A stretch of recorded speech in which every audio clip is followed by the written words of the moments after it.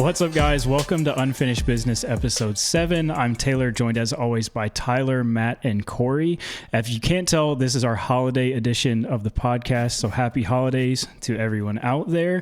And we usually start out talking about things going on in our lives with disc golf, but with the holidays, I'm going to switch it up a little bit. Did not prepare anybody for this, but I'm going to start us off and ask the question, if you could go to Disc Golf Santa, we'll call him Ken Climo in a Santa outfit, and grant any gift you want in relation to your disc golf game, what are you asking for and why? Get up on Santa's lap. What you asking for? Oh, man. This is a good question. This is a good question. Oh, man, this is tough. We talking about like according to like a attribute to our game, right? I mean, anything, well, I guess, yeah, related to your disc golf game, but if that's like a disc you want, like a monetary, like item that you want, or an attribute you want, something you don't have in your game, can be, use your imagination, can be anything. Oh, if I'm going hardcore, it would be, I want to be able to throw everything in from like 250 and in. That's a great like a great option. I don't even have to care. Just throw it, it goes in. Because one, my YouTube would just go off the charts. Like, that is true. You're acing everything. Half of the holes, yeah, half of the holes I'm acing. The other half I'm getting within 250 and I'm putting it in. And then I'd clearly go pro. I don't care if I can only throw like 400 feet at my peak. As long as I get to 250, that's my putt. So who needs big putts when you got big throws? Yeah, exactly. For real. Dang. I like it. Oh, man, creative wise. Well, if we're talking about adding things, I'm waiting for a supposedly new bag to drop that we were promised. wink. We were promised, but we're still waiting on that bad boy. I don't think Santa Kenny is going to get us that. Yeah, what the heck, dude? Come on. No, for me, it's my dream to throw over 400 feet. I know this sounds lame, but that's the dream, throwing over 400 feet. Yeah. Dude, it's so sad, but everyone's just gonna say distance, bro. That's just how it just feels like you just everybody wants like more distance, a little bit more, and it like puts holes into like birdie land for me. It never stops. You always want more. Don't worry. I think if I was like, if I could add 75 feet to my max distance, it would legitimately probably change which division I would play in most commonly. Just because that's the only thing. Yeah, that sounds very cocky to say, but that's the only thing really lacking at the moment. Yeah. Biggest. What about you, Taylor? Yeah, I think so. I talked to you guys a little bit about this off the podcast. I spent a lot of the past couple of years chasing distance. That's why I laughed at like it never ends. Like you always want to throw farther. If I could have anything though, it would be with the caveat of without any work put into it. If I could throw the same distance and lines forehand that I could throw backhand right now without putting like any extra effort in, would help me out a ton, because like my backhand and like distance wise has improved a lot over the past couple of years, and my forehand is definitely like usable now where I didn't have one at all before, but I still like I'm maxing out like flex forehand like 315 probably is like the max I can push one out there. So if I could get that same, like if I had a 400-foot hyzer forehand, the life would be so easy. Like a lot of holes would be way easier for me. So that's what my mind went to first. I gotta say, for comparing all these, I think Corey's wins though. That was a solid ask.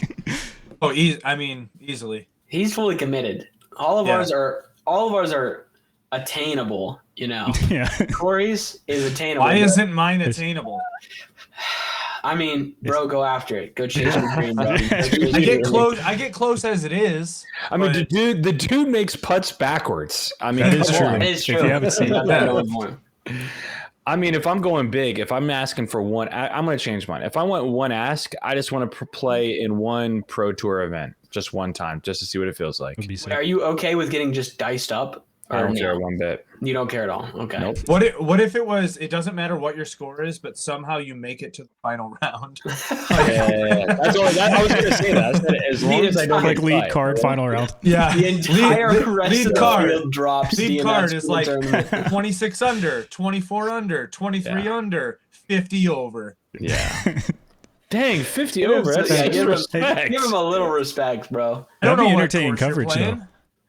Bro, I'm Paul talking Ulibarri's- final round. Paul Ulibarri's caddy's popping pars on like crazy par fives, bro. Certainly Tyler can do He it was as a well. pro. If I'm going to Waco and I'm playing Bro. 3 rounds, I think I could shoot like at least 21 over and better. No, I could do better than that. That's a great YouTube video. If you're For all- ever for all down in 3 Waco, rounds? Dude, For all 3 rounds? for all 3 rounds, I know I could shoot 20 over or better. Reasonable. fly him What out. about a more difficult Contact the course? Pro Tour. Okay, for an example, Iron Hill, right where I live, I can go play 3 rounds there and see what I could shoot. That's it. That's the next video. The OB? I could play with the OB. That's fine. Okay. There's only OB that really matters on like 2 parts of the course when they played it last there. Hole 1 on the left side, and there's another one that's OB. All right, here we I go. think they play anyways. I'm putting it out here. This is off topic, but it just spurred this in my brain. We go down to Virginia, New London, us 4 best shot quads versus Hunter, Trevor, and Connor best shot triples. We smashed them. I'm saying. I don't think we smashed them. I do not think we them. smashed them. I don't know at if you can all. realize this, but I throw everything in from. That's right.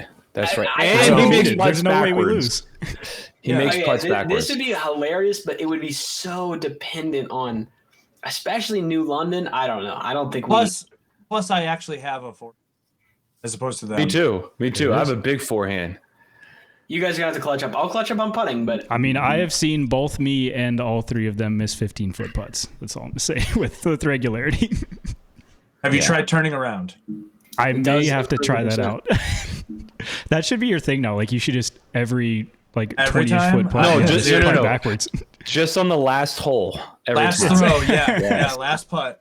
wait, Tyler, how bad do we crush them? Let's Oh let's my gosh. assume. Okay. Like how many strokes? Within how many strokes do you think we crush? To be clear, I do not think we All crush right. them. When you say you crush somebody, you could beat them by 1 and still crush them. It's a That's what I'm mental asking. defeat. It's the That's mental why I'm warfare. asking how Have many you ever strokes. watched Fast and Furious? Exactly. Actually, Inch or a yeah. mile. Inch or a mile winning. So when you could beat somebody by 1 and be like, man, I crushed you. And be like, you only beat me by 1. But like, yeah, but I was winning the whole time. Like, Yeah, but that's, do you that's all that think? crush. Do you Scoreboard. think you beat them by 1, or do you think you beat them by a couple strokes? What do you think? I just know we could beat them.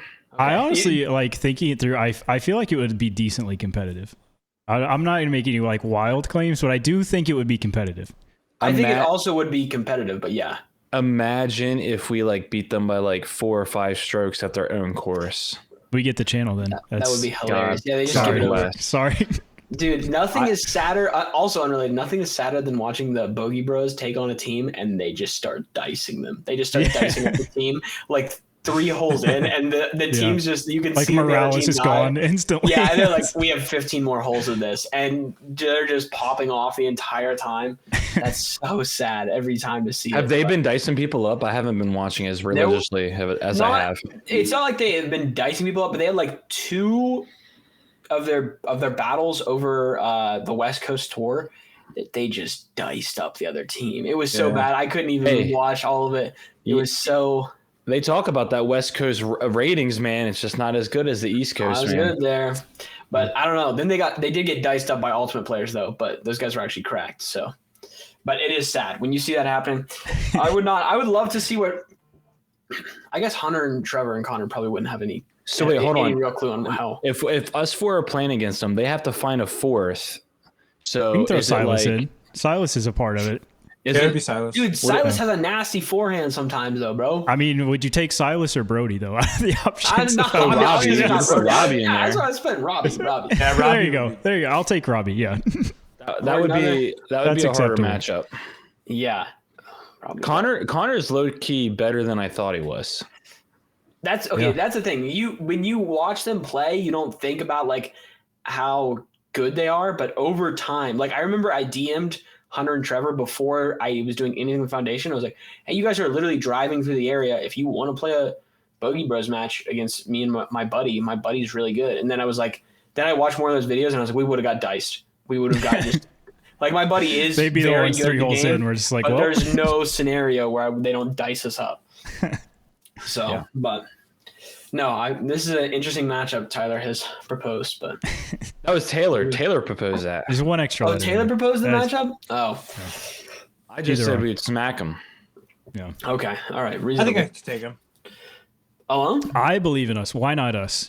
Why not us? I mean, I guess. I match up against Hunter. Corey can match up against Trevor. I mean, Matt, who are you beating up? I don't. Silas? Any of them. Any of Give me them, my bro. guy, Matt. Any of them. Brody. Against Brody. I'm gonna take steroids for 3 weeks before, and we're gonna be set. Yeah.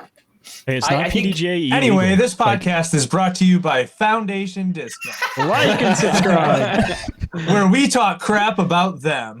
That's all right. Propose it. Let's make it There it happen. is. But All right, we can go ahead and get into it. This week, we're going to do a little bit more current news stuff just because there actually is a little bit more current news randomly in the off season. So this is actually pretty recent. I wanted to talk about this. So if you are not an avid Ulti-World Upshot listener like I am, this one kind of caught me off guard. They had Paul McBeth on to talk about a variety of things around his lawsuit and just catching up with him. A little bit of that was on his injury. I don't think this was fully known before, but he kind of went into more detail around his injury. So if you didn't hear his final practice round before the European Open, he did actually tear his labrum. He went to a doctor beforehand that said it was not a tear, got a second opinion, and said they did see bleeding and evidence of a small tear. So he right now is going to get stem cell therapy, stem cell injections, and it sounds like Austin over in lieu of getting surgery on a full labrum repair. So I just wanted to kind of gauge everyone's reactions to that. How are you feeling with the news that Paul McBeth, 1, tore his labrum, and 2, is getting stem cell injections and planning, training basically to play the full Pro Tour season? Well, for listeners, I think you should describe where the labrum is. Is I he got a gonna doctor know? here. It's the shoulder, it's the medically- shoulder. Yeah, it's the I think shoulder. It's yeah, your because that's shoulder. what he said. It was shoulder. right, his Yeah, right yeah, shoulder. it's the shoulder. It's I'm definitely only leaving know- that I second of only know silence in 'cause too. it's the shoulder. I watched it today after Taylor sent us it, and I believe he said his right shoulder is where it's at. Yeah, Yeah, that's it's where it is. throwing shoulder. And that's Yeah. even if you got surgery, that's not an easy surgery. It's kind of like a soft tissue that isn't like totally easily repairable. Same thing with like you have a labrum in your hips as well, and that's kind of hard to repair. No, it's in the shoulder. No, it what I is heard. in the shoulder, Corey. Yes, It is good to know because my immediate thought it was in the hips before I watched it. It's good to know there's labrum in the hips as well. But I don't think he finishes out a full season. I'll be honest. Like he was saying that Eagle also got stem cell stuff, but Eagles didn't repair what it was supposed to repair and instead repaired something else entirely. And then he was like, okay, I have to get surgery. And so Paul's hope is that it does repair what it's supposed to repair.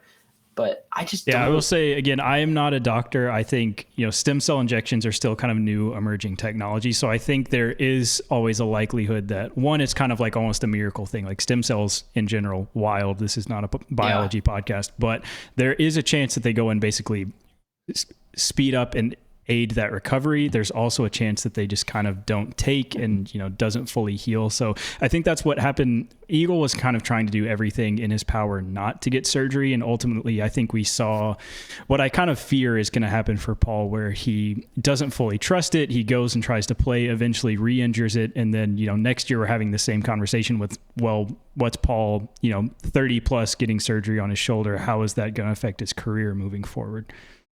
Yeah, I think also like when he was like, yeah, I'm getting stem cell surgery, like that's not a cheap surgery to get done. That's not something that anybody with insurance can go get done. Like that's a special surgery, or not even it's not surgery, but like injections. Mm-hmm. Why do you think he's collabing with other Discraft pros right now? Why? So he can pay afford for them it. stem cells. Yeah. Yeah, that is true. Put me back on the AB Luna. Put me on the bus. AB's on the AB, Luna. Corey Dickerson's Ellison. on the Onyx. There's a Corey Ellison. Corey's on the Zeus. Mhm. Yeah.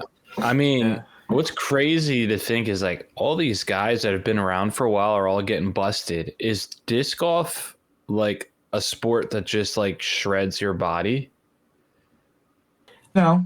I don't think so. But like, bro, like everyone was like, dang, Eagle had a great forehand. and then he hurt himself. And then you look at Eagles' form, and like he might have had a gas forehand, but his elbow was so far out. Like there is no doctor. His elbow is so far forward. There's no doctor on planet Earth that would be like, yeah, that's a range of motion you should be okay with getting in every day. Like, and then people are like, yeah, that'll hurt you. Like if you watch any forehand tutorial now, they're like, oh, if your elbow's really far forward when your hand like snaps through, like that's probably not a great position to be in. Eagles is insanely far forward. Yeah. Like I think a lot of it is like we can do crazy, nasty stuff to make us throw far, but that doesn't mean we're going to throw far for long, I think the biggest thing too is like if you look at how pitchers take care of their body and like the support system that baseball gives, like a professional MLB pitcher like takes care of their elbow, takes care of their throwing motion, rest, ice, they have a full team working to, take care of that. For disc golf, we play, professional touring disc golfers play however many events, 3 to 4 rounds, practice rounds before that. Then between that, they're not even really getting a full productive rest. They're driving, which is in most cases going to be pretty detrimental to your posture, your body's health overall. You kind of need to recover from that as well as the throwing. So, I mean, overall, I think that where disc golf is at now, I don't think the sport as a whole is something that tears up your body. I think it's the grind of the tour that is kind of having this effect on the players. Also, like, it's amazing how Jeremy Colling, to my knowledge, has never had a shoulder or elbow significant injury that I'm aware of. It's always his knees or whatever the case may be is the issue. So, but like you can start racking up a list of all these guys who throw far that have injuries. Like in the last 4 years, it's been Simon, Drew, Ricky, Paul now multiple times, Eagle. Is there anyone else who had significant injury that we know about? But so those are like 5 guys in the last couple of years that have all had some sort of injury. I wonder if we're going to get to a point where people start breaking down the throw and saying, what is the best fundamental throw that's not as taxing on the body, but most efficient way of throwing as well? I thought the way Paul McBeth throws is one of the most efficient ways of throwing. So I wonder, I would love to know, like, what exactly, was it just over the deterioration over time, or was it like a specific motion he did on one throw that really forced it to start tearing and then it just continued tearing over time? Yeah, I think that's more or less what it is. Yeah, I wonder if it's like an overuse, just because I think of like a lot of people point to forehands and like forehands being a big thing, but like Simon didn't hurt his arm with a forehand. Like Drew is not a big forehand guy. Like I think a lot of it is just more overuse than anything. Like obviously the forehand looks the most jarring. Like Matt said, like you look at some of those clips of Eagle throwing forehands and it's like kind of disgusting how his arm like contorts in that way. But I think overuse is a huge part of it too. Yeah, I think you could almost break it down into 2 cases of like, this person might have had overuse, but they also might be like getting older and their body can't take it. Maybe in like Eagle's case, but like, I don't think you look at Drew's form or you look at Paul's form. I don't think there's anything in there glaringly that you're like, that's going to make him, bust up his elbow or bust up his shoulder, like either of those guys, that could just be a ton of use, but I don't know. I would definitely say you could almost consider both cases there and be like, this is a person who maybe had good results with not so great form, and this is a person who had good results with great form, but they're just, like Taylor said, overused like crazy. So, I will say, you named off 5 people that throw really far, and you 3 for Christmas want to be able to throw really far. I just want to be able to throw it in. I don't care. I don't need to throw it far. I don't care if I lose those arms by the time I'm 50. All right. Was it just me, or like when I first got into disc golf, I felt like I had so many like shoulder like popping things going on, but then now that I've played for so long, my shoulder doesn't do that anymore. Like that was a crazy thing for me, is that my shoulder, I think, lost flexibility. And then when I got into the sport, I would throw, and one time it just like popped, or I stretched it, whatever, and it hurt, and I had to give it like a month break. But now that I've like developed endurance, I've never had that issue ever again after like the first year I was playing disc golf or whatever the case may be. But I think tennis elbow destroyed me for like the first year that I played disc golf. It's destroyed my brother too, not me. It was more my shoulder. Yeah, that's in the labrum, right? Oh, here we go. Related. Yeah. Yeah. The labrum. The labrum bone connects to the elbow bone. Yeah, I think guys are gonna have to start taking their shoulder more seriously and their body more. I mean, I think they are, but I mean, I wonder when are we gonna start seeing like massage people on the course? Like, when is the pro tour gonna hire someone to be a masseuse or a couple masseuses to come on tour to like help guys, with their health? Or when are they gonna have like PT guys be there to kind of help these guys? But you think about too, like on the sponsorship end, like Discraft has a vested interest in Paul playing well, pushing product, doing well. Like, I wonder if this will spur something from the manufacturers to be more involved in like, we need to take care of your body, not only for you, but for us. Yeah. I mean, if the company could pay for these guys to be there for your whole team, like, I wonder how much money that would really cost them for the whole year to do that. I mean, would it be like, is it worth hiring somebody for, let's just say $75K to show up at every event for the year to take care of these guys? I mean, Corey depends says, on the team too. Well, I was going to say Discraft, you said have millions and millions of dollars. I mean, so $75K doesn't seem like very much to try to help the longevity of their prime athletes. Yeah, and I don't think. Or go ahead, Matt. Sorry. That just to add to that, like, bro, it's also, that's another perk of joining the team. If I know that Discraft is going to have physical therapists and other people there to help me, that's an influence on me, because I want to, like, if I'm a pro, I want to keep playing for a long time. So knowing that's part of like an added bonus would definitely influence my decision. But yeah, I was going to quickly follow this one up with, I know three of us on this podcast, maybe Matt excluded, talked about on some prior episodes a Paul McBeth return to form this year. How does this affect you guys' predictions for a Paul McBeth return this season? Still happening. Still happening. All I'm going to say is the way he talked on the Old Two World podcast made it feel like Big Cat is going to come back next year in like full force. He definitely sounded fired up in that interview. I think he hears a lot of voices, and I think he's ready to shut some people up. I hope it happens. It's more exciting for the sport. So, same. All right, we got anything else on Paul McBeth injury? No, but I have dinosaurs on my shirt. He does. All dressed in Christmas. Is any of them a Discraft Raptor? I think technically this one.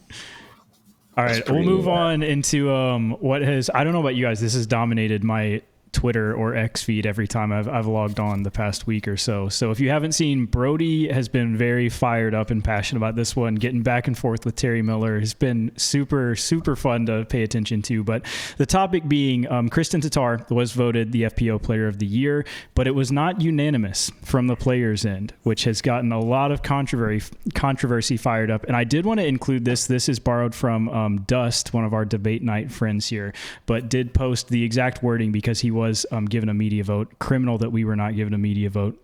Crazy. But anyway, the quote is voting in any way that is not reflective of the season. For example, voting for a friend or sponsor aligned player as Player of the Year are grounds for losing the right to a ballot in future years. So my question to wrap this up is, should FPO players that did not vote Kristen Tatar Player of the Year have their voting rights stripped for a certain amount of time? Wait, can I ask a question? What was Terry Miller saying? Because I did not see Terry Miller's comments on it. Okay, so Terry... Yeah, go ahead, Taylor. You probably describe it better than I will, but...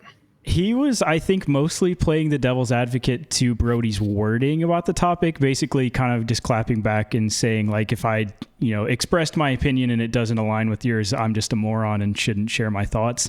It was kind of a little off base to what I think the point of the argument is, which I'll get into it and kind of state my opinion pretty clearly. If you did not vote for Kristen Tatar Player of the Year for this is the greatest season of all time in FPO, you're wrong. There's nothing else to say there. And I think with the wording included of you voting in any way that is not reflective of the season are grounds for losing the right to the ballot, you should not be able to vote next year. I mean, it's insane what case can you make for an FPO player to be the Player of the Year that is not Kristen Tatar? Like, what grounds is that on? And also, I just want to say is I can't believe Terry Miller came forward because he is the biggest I don't know how to say this, biggest fan of Paige Pierce. And you can say you're friends and all this stuff. But I'll tell you right now, in my disc golf group, we'll just use this for example. If you have a guy who's winning all your events in your disc golf group, and you have a buddy who's generally one of the better guys in the group, but the other guy's just been playing better the entire year, and you say, no, this guy had a better year. Like, come on, man. Are we really going to say someone else had a better year than Kristen Tatar? Like, I don't even know like who you would choose. Like, we should have said, hey, everyone choose someone other than Kristen and debate why that person had a better season than Kristen. We would sound like idiots. Yeah, that's insane. What he legitimately give like one person who didn't vote, say why. I want to know who Terry voted for. Because there's no one on planet Earth that should have voted otherwise. Like, dude, who even gets close to stacking up? Nobody. Like, I don't know. Now, I forgot about the specific rule there. So when Taylor put this, I was like, bro, we're going out of our way to ban these people. But then I'm like, yeah, if that rule's in there, no one's stacking up there. And I don't even know. My question would be like, I think if you're gonna not vote, Kristen, you're voting not because you agree with someone else, but because you don't want to vote Kristen. You know, like you're not voting because you're like, Missy did better this year. You're voting because you don't want to vote Kristen. But I'm like, dude, what are the votes? Someone released the percentage of who else got voted for. Like, I think it was like 85% Kristen, and then like just a various breakdown of others. I'm not sure if they actually went into detail. I could be missing where that is, but I know it was like less than 90% Kristen Tatar. Yeah, that's insane. Like, what in the world? I guess the only thing I could think of is, what if they were looking at it as how they did this year compared to previous years, like as a player? So not against Kristen, but against themselves. I can see that being like, maybe they read it as like almost most improved, but like over however many seasons. And this year they did so much better than they ever have. So they said, okay, this is my vote. Because Kristen was good last season too. So like it could just be looking like, okay, this is a steady thing, as opposed to someone who just like skyrocketed this season. I can't name anybody. I was about to ask. I can't name anybody. Well, the only thing is that like there's also another award for that, like most improved player, like comeback player of the year. Yeah. So it's like, just I could be Paige Pierce's best friend. I could be Paige Pierce's wife. I could be her dad. I'm still voting for Kristen Tatar this year. She won every major. Like, I could be the person that Paige Pierce is buying all of her music tickets off of, dude, to go to events, and I would still vote Kristen 100% of the time. And the only place I think she didn't podium was Jonesboro. Is that it? I think I'm trying to find out right now. I'm pulling up. I'm trying to see. Missy had a pretty good season in comparison, but the only place she didn't podium, was also considered the Disc Golf Pro Tour Championship. She came in 4th, and Des Moines. Yeah, she's washed up. Yeah, I was saying that's like the only knock on her season is the Pro Tour Championship. Yeah. I don't know. That's ratchet as all get out. I didn't even know you. I'm sorry. She missed the podium a total of 4 times, I think, out of all the events. Okay. How dare she's going downhill fast. She's done for. I see a lot of number 1s on this page, though. I will say that.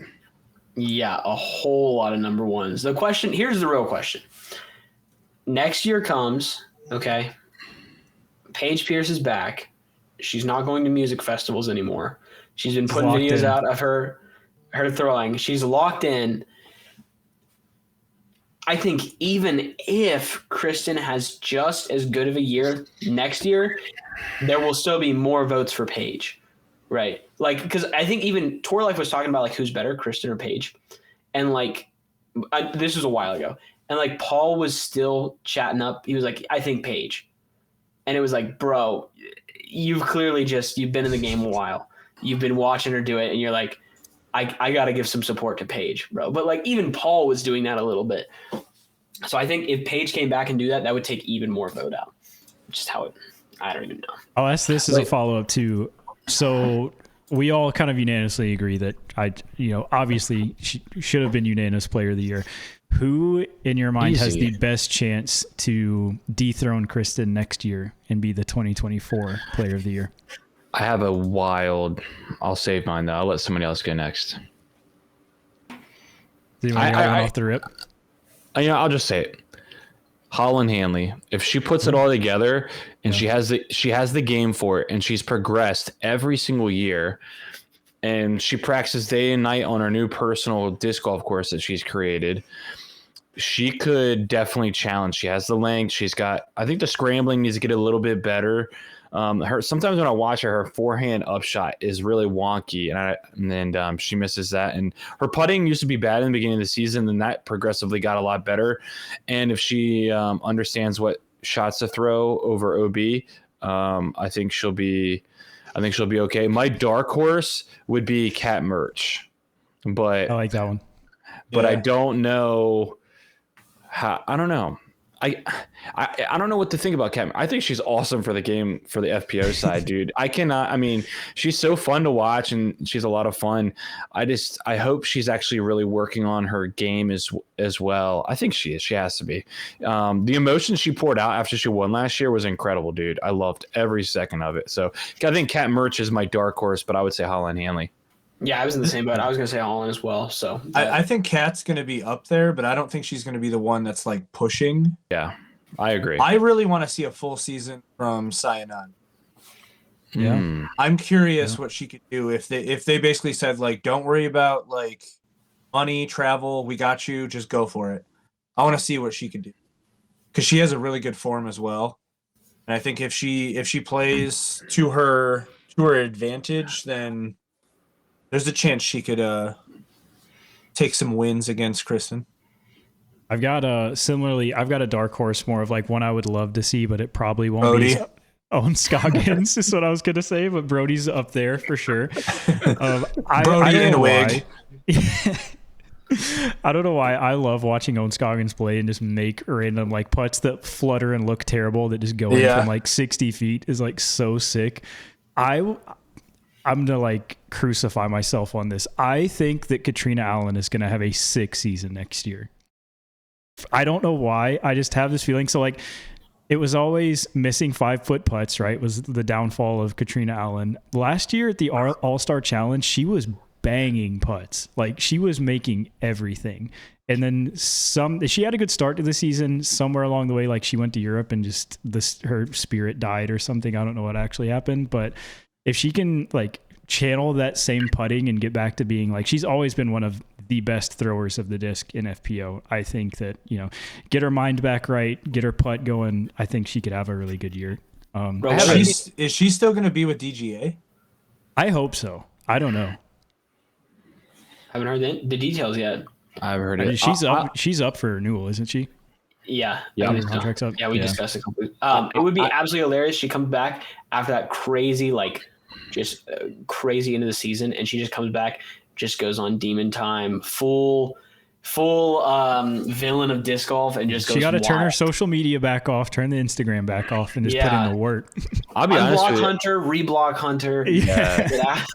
I'm looking forward to FPO, man. There's a lot of like possibilities and growth and parity. Yeah. But another name I want to throw out there that I really want to say is, if this person can learn course management, or I'll say this, if this person had Kristen Tatar course management, I was doing a whole Trump thing right there. I thought you were going to say skill. Kristen Tatar's skill. No. If this person was as good as Kristen Tatar. No, I actually think this person is more skilled than Kristen Tatar. It's just that their course management is horrendous. Is Haley King. Okay. She is third in birdies and she's fourth in scrambling. Like, those are two really good numbers. Like, the worst thing that she does, honestly, she's top 10 in every stat except for fairways hit, 55%. Her OB rate is 65th out of how many people? Oh my gosh, a ton. Like, if you go down to every, if you go to, like, let's say, Kristen won all the events last year practically. If you minus all the OBs that Haley King had compared to what Kristen Tatar had, Haley King usually was going to beat Kristen Tatar. So if Haley King can figure out course management, I think she can go off, which is crazy to think that Kristen won so much last year, and yet Haley King came in, I think, 7th in the regular season in points.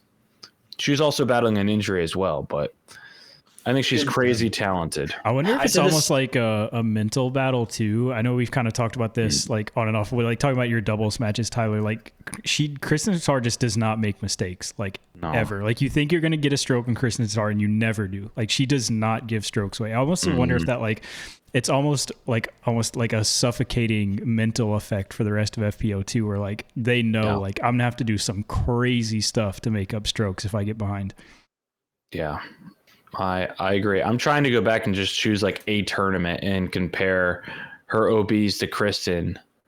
And I will say, I said this on debate night a while ago. Probably, I think I got clowned on, but like, dude, if Evelina just came back and just knew how to putt, bro, it would be lights out. Dude, I went back and rewatched her blip at Waco. It is hard. To watch. It's so bad. So hard. Like she's standing 8 feet in front of the basket and throws it at a 45-degree angle. Like I've never seen that in all my life. Like she had the actual what we call yips in golf, where you just can't get your in ball golf, you know, we can't get the ball to go, you know, straight, but unbelievable. But imagine if she could. I believe, I have the dream that she could putt one day. And then she would start dicing people up so quickly, dude. But I don't know that. I feel like you got to I don't think putting is in a place right now where people are like, okay, let me rework the entirety of the putting form, like on a pro level, you know, but that's unrelated. So. Yeah. Do you think it's form? Do you think it's mental? Do you like what could Innova do today to be like, we're going to make Evelina a good putter? Here's what's going. Here's form and mental. I think both of them. I also think like the 45-degree angle one is a great one. Let's see if I can grab a disc without knocking over my pile.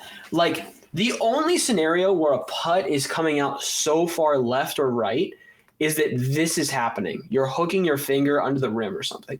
And it's like, then you're just doing, because otherwise your hand should be loose enough that as soon as you like push with your hips, it's gone. You know, so I think it's like a combination of both of those things. I think you can be a bad putter and get it in the basket. I think you can be a good putter and have bad mentality and not get in the basket. But like some of those things are so crazy, or like I remember everyone for a while, like I was a terrible putter and then I got decently good. And everyone's like, well, how did you do that? And I was like, well, I just stopped thinking about trying to like flick my wrist or something. I just said like, let's just put it towards the basket, you know? And like, I know people that still to this day will just yank it one way or the other. And I'm like, bro, there's no, like, you cannot calculate the tiny degrees in 1% angle changes on your wrist or something like that. So I think it's a combo. I definitely think mental is rough there, but I think to improve the mental, she could just rework the physical. Yeah. You know, I think it's to a point where they need to get somebody to be like, how do you hold the putter? Don't hold it like that anymore. Like hold it like this. Paul was working with her at one point in time when she was going through that issue. Have you guys seen Dodgeball? Yes. Mm-hmm. So, Matt, alive for Dodgeball?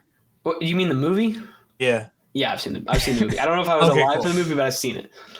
So you know the lady with like the unibrow and like the very German lady from the other team, the rival team.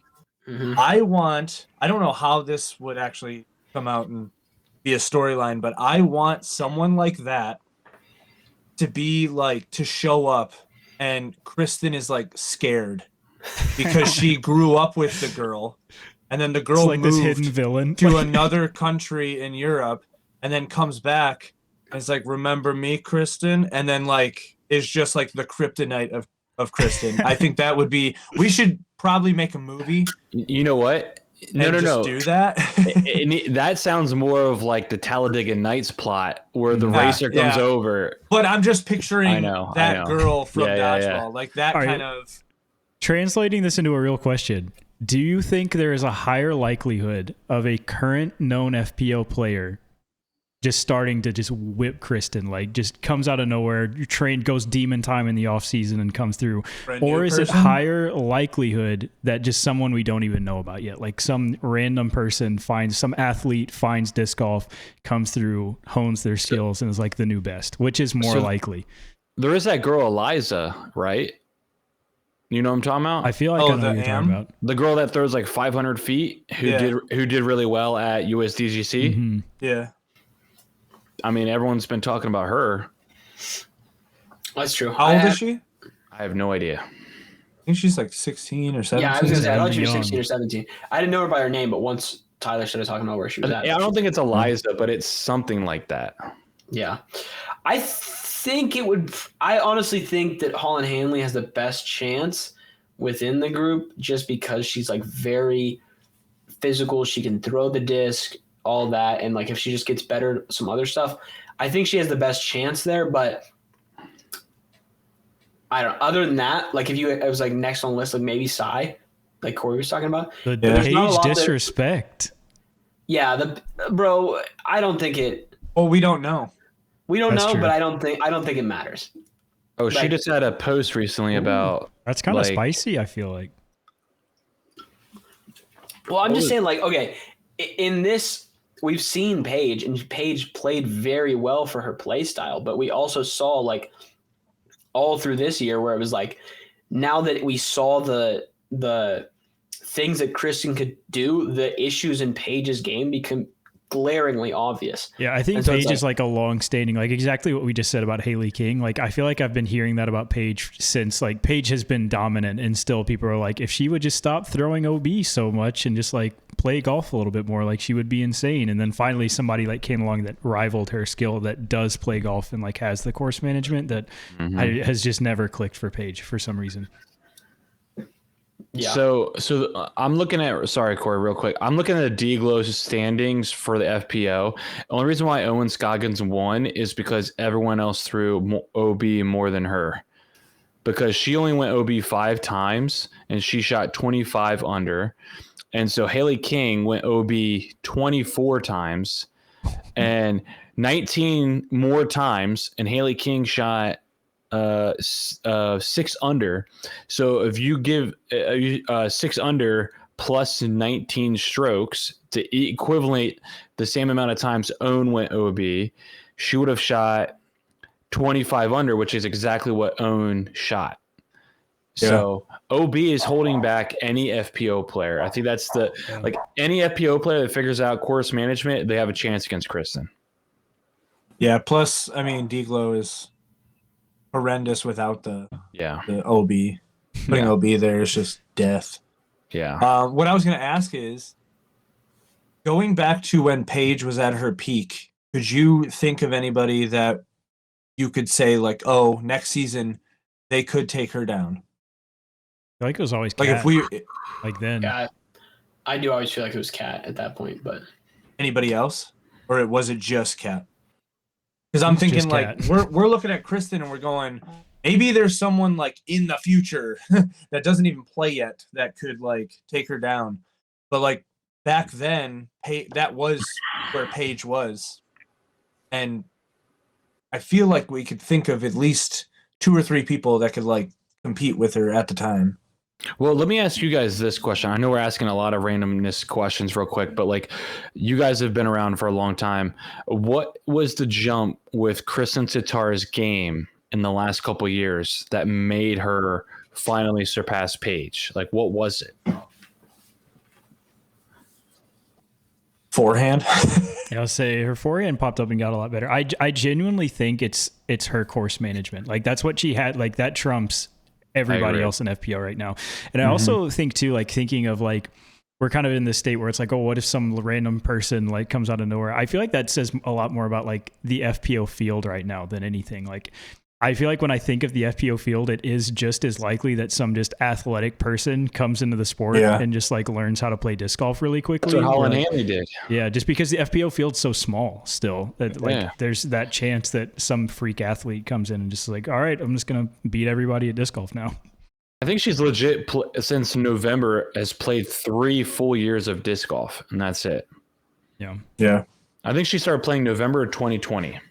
Like, that's crazy. Yeah, that is actually insane. And Holland's, I don't know, she's so good, man. Yeah, she was really good. Yeah. You know what else is good? For you to like and subscribe. Yes. Got him. And Right with there. that, we're going to jump into the scariest part of Corey, me, and Matt's week. Tyler's favorite part of the week. We're going to go into Not Trevor's trivia. What do you got for us? All right. Here we go. So I was on Statmando trying to figure out a good one. And I didn't want to just say, hey, find this stat. It was more about, let's see how close you guys can get to this unique stat. So I don't know if you've seen this before, but there is a stat called Battle Count Unique Players Beaten. So what it is they have a list of all of the different players that people have beaten on tour. Okay. And so if you've beaten a player, that's just one count, right? And it's unique players. So they've beaten a different player how many times. So they have a list of all the unique players that each player has beaten and all the players that they've lost to, unique players that they've lost to. So, and then there's a ratio of players beaten over players lost to. Okay. You follow me? Yep. Corey's Yeah. like, yeah. Yep. Okay. I'll make this as simple as possible for you. Okay.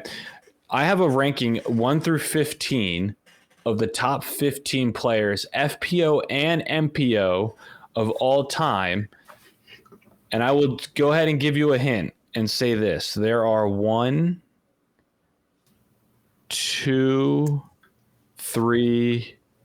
There's 3 people on tour. I'm sorry. There's 3 people not on tour that are on this list all time that they have, who have the highest ratio of players beaten, unique players beaten over players that unique players that they've lost to. Okay. So I want you guys to tell me, I'm going to pick out 4 people and you're going to tell me where they rank 1 through 15. Okay. Okay, I like that. So everyone has a chance. So here's the deal. Do you guys have something? All right, gentleman's game. I'll go around and ask everyone, so don't steal someone else's. So I'll give you a name, and you tell me what place 1 through 15 do they rank on this list. Here, we can DM you on Discord. Perfect, or whatever. I don't want to make it too hard on guys. Yeah. But all right, so I'm going to give you 4 names, and here's the thing. However far away you are is how many I'll give you a total of. Person has the smallest gap is going to win. Okay. All right. What am I supposed to do? He's going to tell us a name. We guess the ratio of that person's like distinct player count beaten versus lost as a ratio. So like if you are someone that has beaten almost every pro disc golfer and you have not lost to very many, your ratio is going to be a highly positive number. And they should be higher in the rankings On the of list, 1 through yeah. Are we doing one at a time? Or are we doing You're all DMing 4? him. No, that's I'm going good. to do one at a time. Okay. Okay, so one at a time. Yep. All right. Let me set this up real quick. All right. So your first name is Ken Climo. Oh my goodness. I'll give you a first one. I'll give you a second to think about it, and then you can DM me which place you think they are on the list. Corey, the type of individual who just posted straight to the Just straight to the group chat. Respect. I DM'd though. That's funny. I'm going down in the DMs. All right. Let me create. All right. So Matt, I didn't create this beforehand. Taylor and Corey. Okay. First one, Climo. All right. Does everyone put something in? I believe so. Yep. I DM'd you. Mine. Okay. So Corey says 5th. Okay. Taylor says he's top on the list. The champ. Give me number And one. Matt says he's top on the list. Guys, he's ranked number 4 on the list. Oh my goodness. Corey is so good at Want to know Trevor's why? trivia, No, man. want to know why I know this? Because Corey's when I good. was driving back from Florida, I listened to his full interview, Nice. and he said he would be better, but he had to take care of his son every other week or something like that, so he couldn't play as much as we think that he did. Okay. Yep. Wow. Yeah. Corey, Plus, I have dinosaurs on. Corey's That's literally how- doing, how am I Corey's doing supposed to homework, compete? bro? Oh my goodness. All right. So the gap is So Matt's 3, Taylor's 3, and Corey's 1. So Corey's leading with only a gap of 1. He only missed it by 1. Come back to All me. right. Next one. This will be an interesting one too. Kristen Tatar. This is 1 through 15, you said, right? 1 through 15. Okay. Yeah. Oh, I have no clue on that one.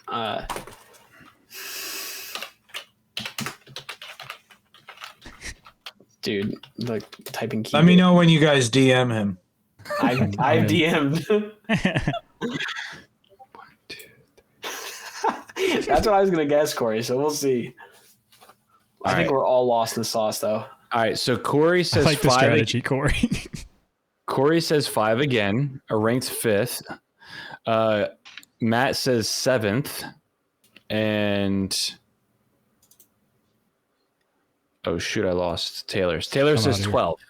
Taylor says 12. 12th? Yep. So she's actually ranked 10th. She's ranked 10th on the list. FPO So field's so Taylor- small. There's not that many FPO players. Right. Yeah, but I was thinking, okay, so is it only FPO or is it just unique? Well, It's- people she's beat. She's beaten. So who is she beating on the MPOs? Or I'm sorry, FPO side. Kristen 7. So So Matt, it's just the Pro Tour. So Any event she's Yes. played. Or is it just the Pro Tour? no, just a Pro Tour. Oh, okay. because I was thinking probably sweeps in Europe, just like It would have been the Pro Tour. Anything she's done on Okay. the Pro Tour. Gotcha. So just to give you exact numbers on this, I'll give you Climo's. Climo's beaten 4,143 unique people, and he's lost to 378. Insane. Holy. So his ratio is almost 11. That's wild. So he's just under 11. And he was ranked fourth, I think you said? Yeah, Fourth. you said fourth. fourth on the list. All right. And then the other one was Kristen, and she was ranked 10th, and she's beaten 535, and she's only lost to 58. So she's at like a 9.22 on the ratio. All right.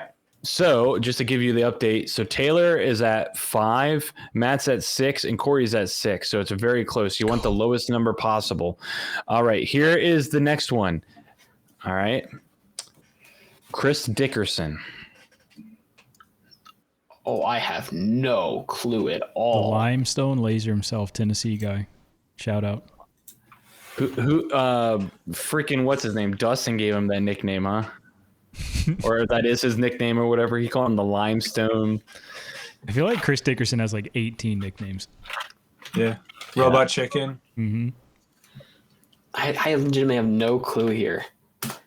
I just am I guessing? I want to do so many people on this list, Yeah. but Dude, we don't want next- this to go on forever. Dude, next one is Paul McBeth. Where does he rank, boys? 15th place. 15th. So all right, is that Corey? You in? Yep. He All right, just guess so, five again. so Matt has him at 9th on the list. Taylor has him at 8th, so relatively close. And Corey has him at 14th. Guys, I stumped you on this one. Oh. Chris Dickerson is 2nd. He plays On so this many list. local events, bro. I bet he's beaten every Tennessean out there. That was my question. So- Is it only MPO? Is it tour? Or is it just anyone that he's ever played? All right. All time, how many unique players has someone beaten? How many times have they lost to? Who has the battle count I ratio? think it's distinct PDGA numbers is how it's probably done. Okay, yeah. That would Isn't that- probably make more sense. Yeah, bro, because he's came to my local tournaments and diced up people. Yeah, bro. Chris Dickerson is like a local B tier slayer. Corey. I changed my answer. It's number 2. Yeah. It's true. So to give you the stats on that, Dickerson's beaten 2,956 people, Yeah. and he's lost to 223. His ratio is a 13.25. Because you think He's of in it, people he's lost to is like second Pro place. Tour guys. He just loses to them all the time, not like Well, individual. that's. I thought it was only on the tour. So like, like he won, but he doesn't win that So- often. So we can do this. I'll give another name and we can scratch that and we can base it off of the PDGA number. I didn't think about that. That's fair. Let's do that. Let's scratch it. Okay. Let's All scratch right, it. all right. All right. So, man, but I wonder what you guys would have really thought, though. I think I know number 1, and I think I know number 3. All right, Okay. so don't pick those, Tyler. Okay, sounds good. No problem. All right. Here's the next name, Nico Locastro.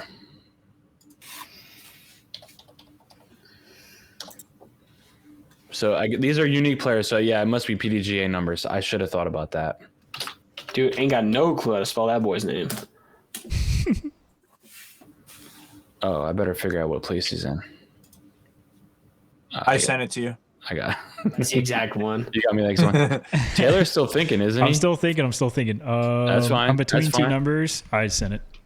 Locked Okay. in. All right. So Taylor's got 5. Matt has 7th. And Corey has 7th. I stumped you again, and I even, clarified. It's actually only 14th. He's only 14th on the list. Wow. So he's Oh, I got him and Chris mixed up. Oh, is that what it was? Makes sense. So Nico's beaten 5,996 people, but he's lost to 688, and he comes in at an 8.72 on the ratio. And the fact that 8.72 is 14th. 14th there's some killers out there, man. For real is. So Corey said 7, so he's at 7. Sorry, I'm just totaling up the score here. Corey's at 7. Matt, what did you guess? I also guessed 7. All right, so you're the same, and Taylor's at 5. Yeah, I'm gonna take a hit on this one. That is gonna be a hit on that one. That one. That's like, no wait, my math is 9 on you, right? That's a 9 difference of 9. Oh yeah. All right, so Matt is at a total of 13. Corey's at a total of 13, and Taylor's at a total of 14. Bro. So this is the Got last ourselves name. a ball game. The last name right here. All right. Last name is going to be Kale LaVisca. Oh, I love it. eggs, no. I love it. All right. This is going to decide it right here. Yeah, this is I gonna be a believe big on one. confidence that I will be getting this right. I think I have to go big or go home. If I tie either Taylor or Corey, I'm gonna cry myself to sleep tonight. Corey's thinking. This is a big one. Pondering. So I'm just going to let you know. Corey, you won last week, didn't you? I don't know. I think Yes, so. Corey has legitimately won like every week we've And had. Corey has gotten the trivia question the 2 previous times before that. So this is big. legend. And Corey, when we first started the show, says, I'm not a trivia guy. Well, he's doing We're pretty just dang the I good. worst guess I'm a trivia trivia guys. guy. I'm not a stat guy. Okay, I gotcha. So Matt's coming in, and he has Kale LaVisca at 4th. Taylor's coming in and says Kale LaVisca is at 12. And Corey's coming in and says he's at 5. Well, So- it's not Here Matt. we go. Here we go. because- So Matt and Corey are tied, and Taylor's behind by 1. Dang it. And Matt said 4. I thought Corey that was said the final 5, results. and then Taylor says 12. So if it's a back in, it's a big move for Taylor. If it's earlier, that's a big move for Matt, and if it's right in the middle, that's a big move for Corey. Kale LaVisca, I'll give you the stats. I'm on the edge of my seat. Kale LaVisca has beaten 5,217 people, and he's lost to 397, which brings him in with a ratio of 13.14, which places him at 3rd place. Matt is Let's our go. winner. I'll Not take it. I'll take it Trevor's down. trivia. I'll take it down. Matt, you get 15 seconds to say whatever you want right now. Facts. I've had to pee since the beginning of the episode, and it's not changing anytime soon. Take your 15 seconds, my son. Go. That's it. That's all He I got. leaves for the 15 seconds. That's all I'll claim for my 15 seconds. So I'll run down the list just so you know from 1st to 15th. Who's I actually number will one? go while he's There you go. Good. That was your opportunity. Who's number while you're 1 on? chatting through. Wait, Paul. So McBeth. No.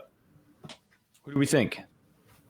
Corey, I'll give you the win if you guess it right now. No, I'm kidding. Well, I think Matt should be disqualified because he said 4th, and that's literally who was the first person on our list. Oh, Ken Climo.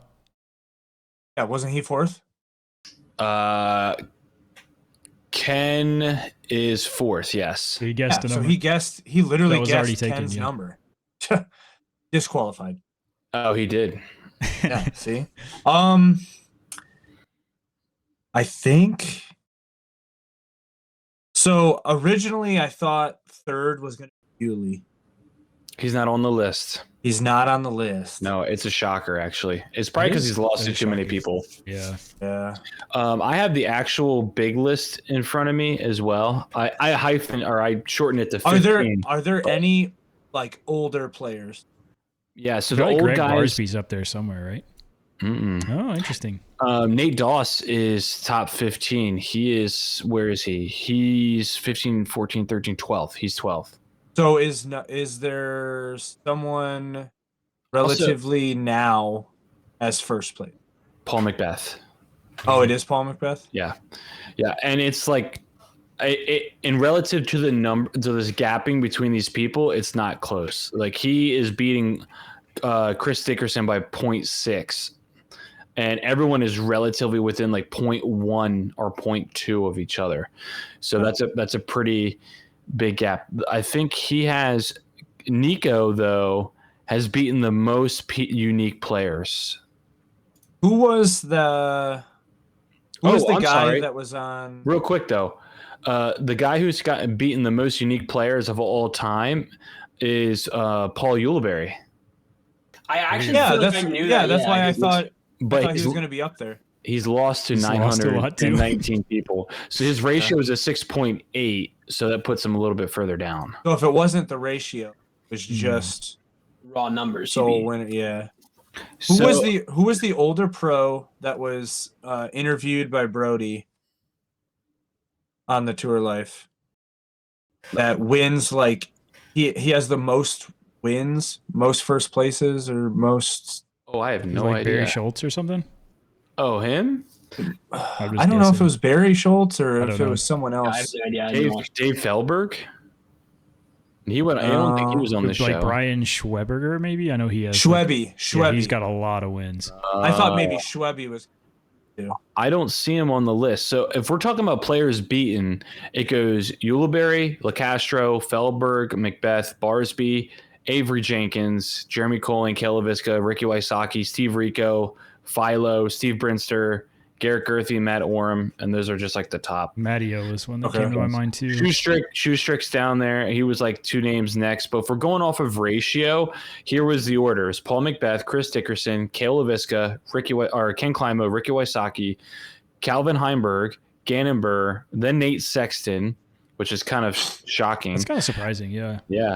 Then Simon, Kristen, Valerie Jenkins, Nate Doss, Paige Pierce, Nicola Castro, and Katrina Allen came in at 15th. And then here is the one that really shocked me is guess who comes in at 16 and 17? Kevin Jones and Chris Clemens. Oh, wow. That's surprising. Yeah. Yep. I feel like those are probably just guys that when they started were good and just kind of beat up on a local scene for a little bit. And then I think it's like once you get on the tour, you're just losing to the same people. It's not like you're losing to a lot of different distinct numbers. Yeah. Marweed top 25. I think he's right around 22, 23.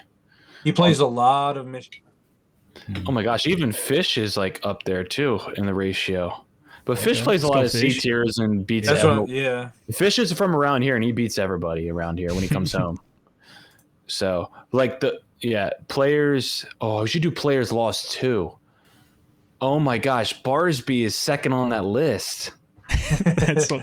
That's wild. I feel like Yuli's probably up there too. Just people that have played like just a ton of tournaments. Yeah, I mean, there's a bunch of people. So like, give you an example about why Yuli isn't on there. Yuli's top 15 most beaten player of all time. Yeah. Dang.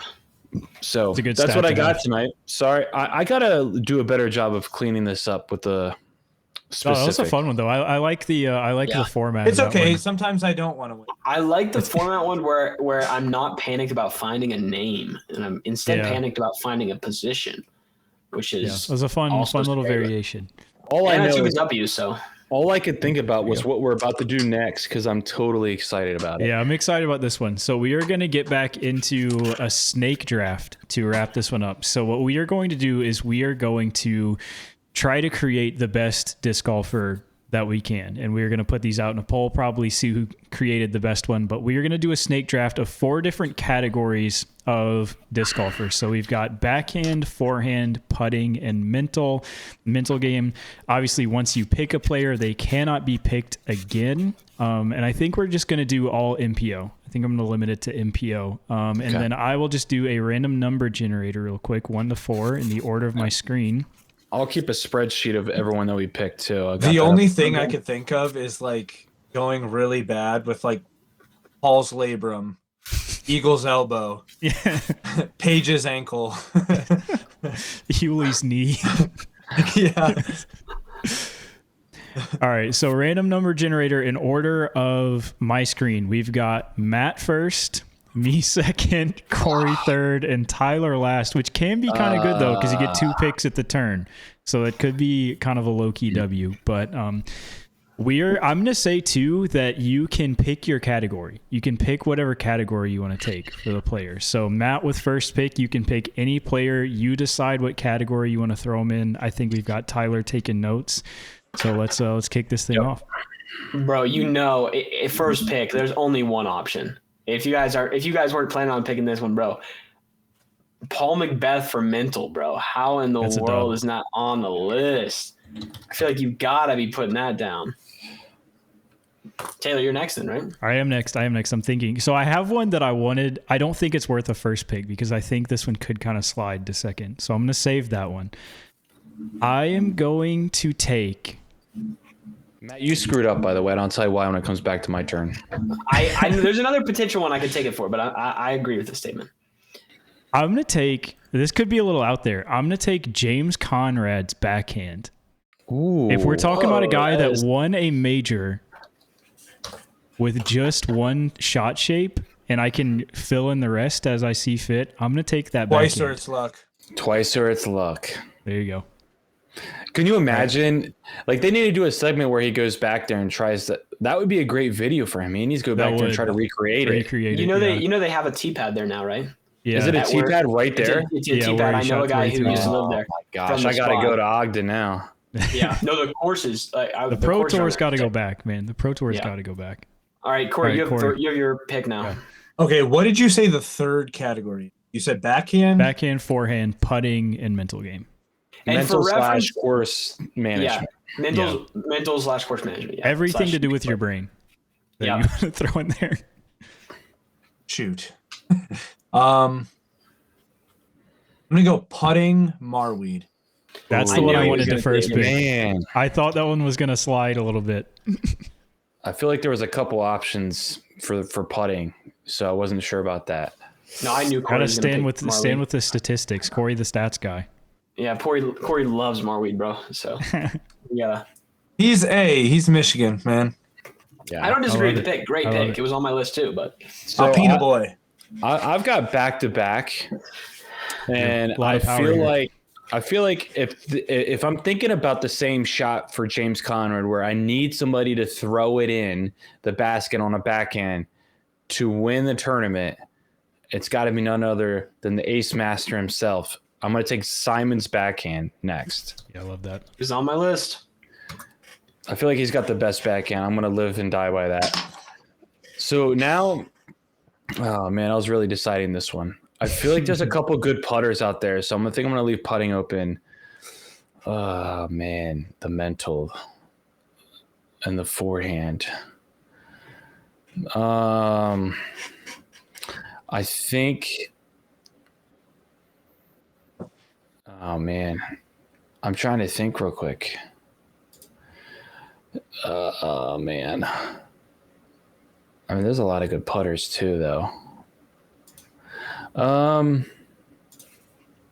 right, I'm just gonna choose it and get it over with. I am gonna take a putter, and I'm going to take. I'm really hesitant about this, but I need someone who's clutch. So I'm gonna take Ricky Wysocki for putting. I like that one.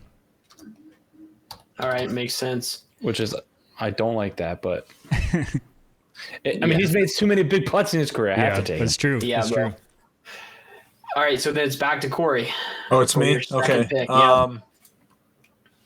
I'm gonna go mental/course management. Simon Lizotte. Bro, we already picked Simon Lizotte. Can't take a big bro. You can't take him Oh, from I thought one. it was per category. No, we're doing all. No, he's done. Oh, Yeah, bro. I've got a okay. list of like 20 players here. So Okay, well then I'm gonna go best dressed Ezra Aderholm. I love it. Right. Shoot, that changes my. Did you guys already like talk about this in the No. Discord? Because We really did. I don't have a A list little at bit. all. Just a little. Okay, sure. Yeah, we didn't like crazy though. We brought it up for a minute. I mean, you can take a minute and take a look. I mean, there's a lot of big guys out there for putting. Oh, I know what I'm doing. I messed up. I know what I wanted to take.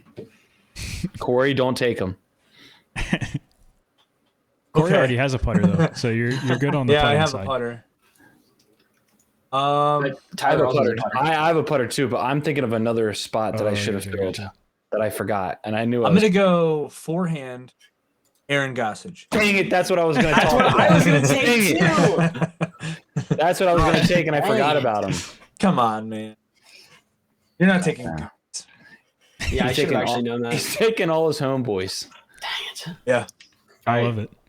Taylor back is to you. up. Yeah, back to me. I am going to take a putter, and I'm kind of on the fence with this, but back to just stats themselves. My friend Gannon Purr made almost 50% of his Circle 2 putts last season, which is just Cannot insane. go wrong. So I'm going to take the Iceman Burr himself as a putter. I thought you were gonna switch up and take someone else. That would have been funny. I was still debating while I was talking through. Like, yeah, Yeah. All right, All Matt. right. I'm Two gonna back to big backs for picks. Matt. Yeah. I have back to back. Okay, I'm gonna take. What don't I? Oh gosh, dang! I don't have anything other than putting or other than mental. Mental. I'm yeah. gonna take. This is a sneaky one. I think I could have waited my wait. I can You probably. might as well, you I might can- as well I use can- it on the back to back. I can wait. Okay. For forehand, I'm gonna go forehand, and I'm going to take AB. Okay. Which I is thought about that. unlikely with how many times he missed that island, but unrelated. Say deadly from that island shot. When, when he throws 500 feet forehands, Yeah. And then I am going to take my backhand, and I'm going to take. I am going to take Calvin for my Okay. backhand. such a good team. I would say Yeah. AB's forehand with Matt- Paul's brain. I mean, you got something Matt, there. Matt has a good player. Matt's Right pretty now, I'm not stacked, gonna lie. yeah. I did my work, and I think my last player, I think my putter is going to clutch up too. So I think we're chilling. All right. Well, we've all taken a putter, so I feel like you got to take, the guy from the West Coast. All right, Taylor, you're up. I am. I'm looking through, trying to see. I would really like to get a solid forehand. Actually, I know I screwed up. I should have taken someone earlier. I think I know what I'm going to go with. I got Statmando pulled up here. I think combined with somebody else's brain, this is going to make a big jump for this. I'm going to take Kevin Jones forehand.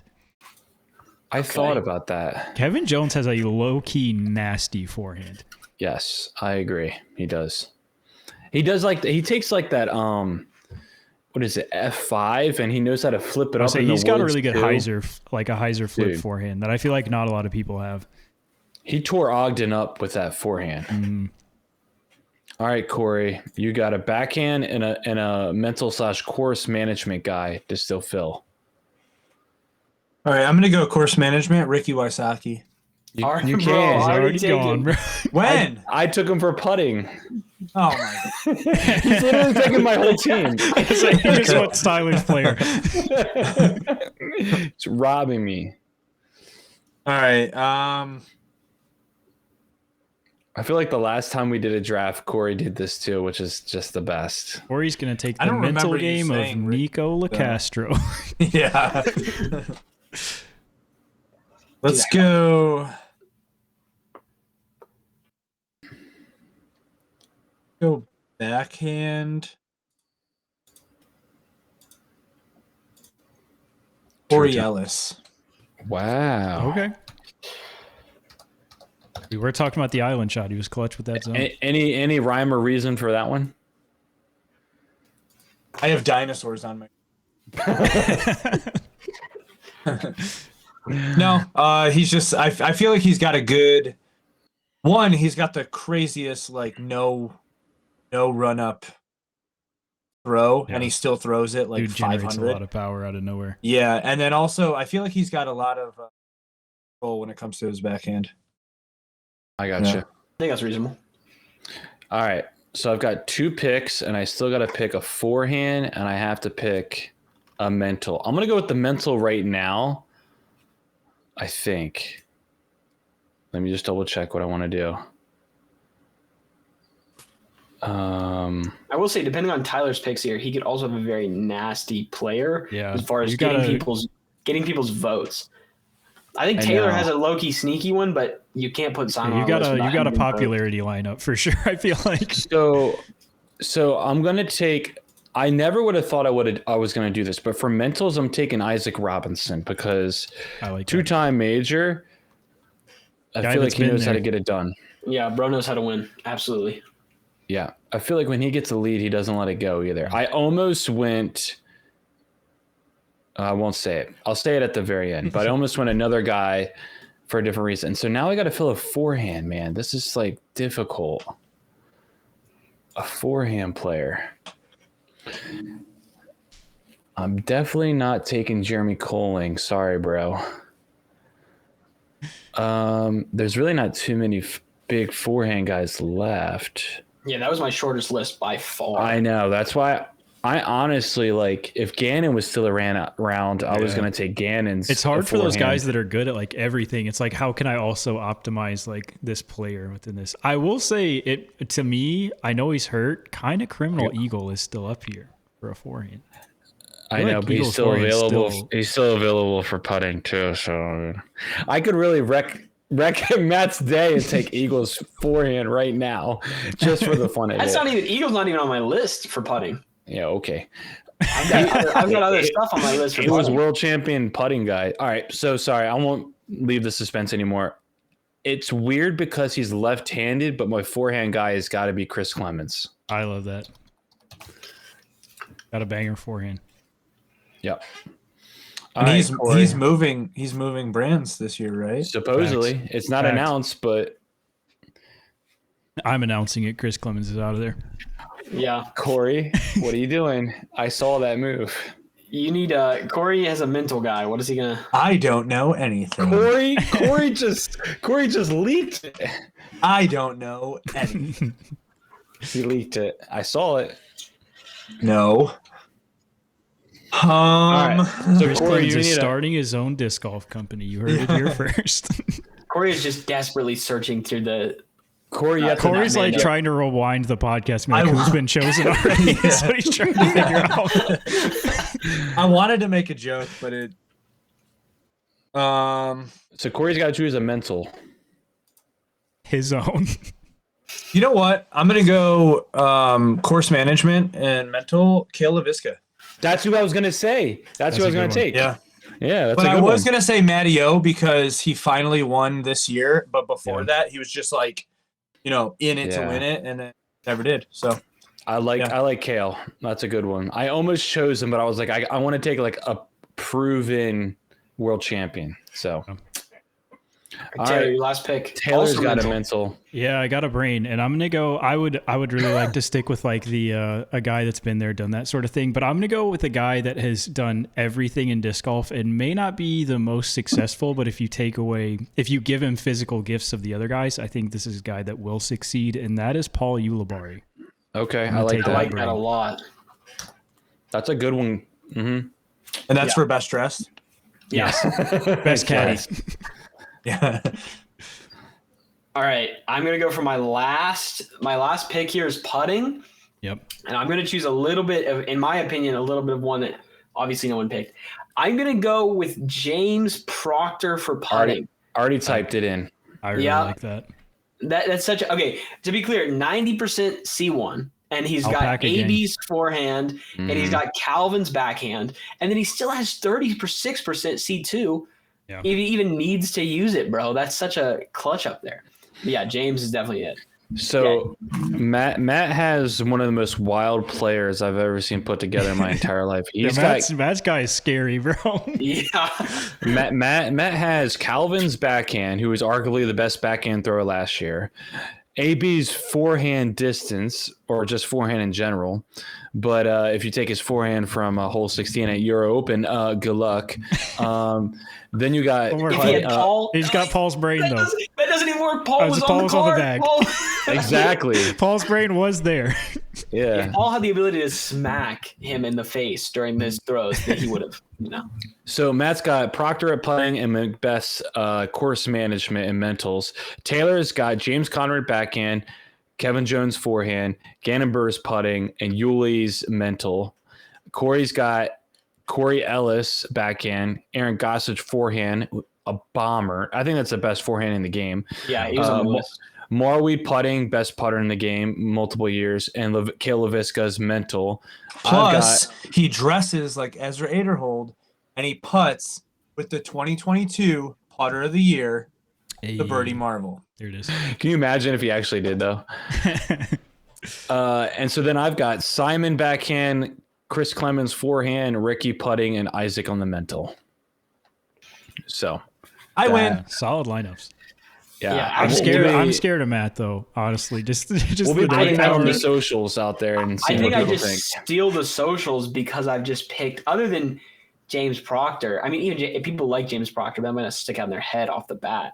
But everyone else is just GOAT status, so it's kind of tough there. But. Yeah. So let us know. We'll put that on an Instagram poll. Obviously, let us know in the comments below. One, whose player you're picking to win lead card World's final round, who's taking it home. Also your own down below, who you would have picked. Tell us if our picks were stupid. This is where we'd normally wrap it up, but we've got something to address here. I'll phrase it the same way they did. On the Foundation Podcast Network, there is another podcast by the name of The Banter, where an unnamed person who I will name is on this podcast, Mr. Tyler, was called out for his terminology, his verbiage. Really turned into a big discussion over there on The Banter about the word John. I thought it was kind of disrespectful how they were, talking about my guy over here and Philly as a whole. So I would just like to give you the chance, Tyler, to rebut in any form or fashion you would like to. Well, first off, I just want to thank you very much for bringing this up. Hunter, I think it's an absolute disgrace that you absolutely come and attack the whole tri-state area, Delco, Philadelphia, and trying to come up with saying that we didn't come up with this term, someone else made it up. And it's because of the Philly accent and the Pennsylvania Dutch accent, which is why we say John. And everybody says John. A guy in my group chat said John to us today. It is ours to say, and it is an absolute disgrace how I texted you saying John in it, and you said, what does John mean? Get cultured, read a textbook, learn your people of the United States of America. Get cultured. That's all I'm going to say. Get cultured. I'm really disappointed that I got attacked. And first off, you're not even going to say my name on The Banter and put me out there, but that's totally fine. Totally fine. I'll just sit here and have to defend myself on your other little podcasts, I guess. So yeah, and Connor got it wrong. He looked it up, and it's supposed to be like slang for joint. No, it's slang for Long John Silver's hush puppies. Exactly. How could you not know that? Yeah. Right. All right, well, we will await a reply, hopefully from The Banter, hopefully from Hunter. I think some sort of apology should be issued, but that's Unfinished Business, episode 7. Anything you guys have to say to wrap up here? Any last parting words? Merry Christmas, and hope you're all good little boys and girls, and Santa's nice to y'all. Yeah, I have dinosaurs on my shirt. I hope everyone has a box of clearly wrapped discs under the tree this year, or new bags, or whatever they'd like, and no lumps of coal. And if you need to buy any Christmas gifts, last minute shopping, they may not get there in time. I'm not going to put them on the spot, but foundationdisc.com, hit them up. Thank you to them for putting us on debate night, putting us together, giving us the platform. We really appreciate it. Obviously, like, share, and subscribe. Hit all the buttons on the YouTube end. Let us know again what your perfect MPO player would be. And I think that's all we got. We'll see y'all in the next one. Bye, guys. Bye.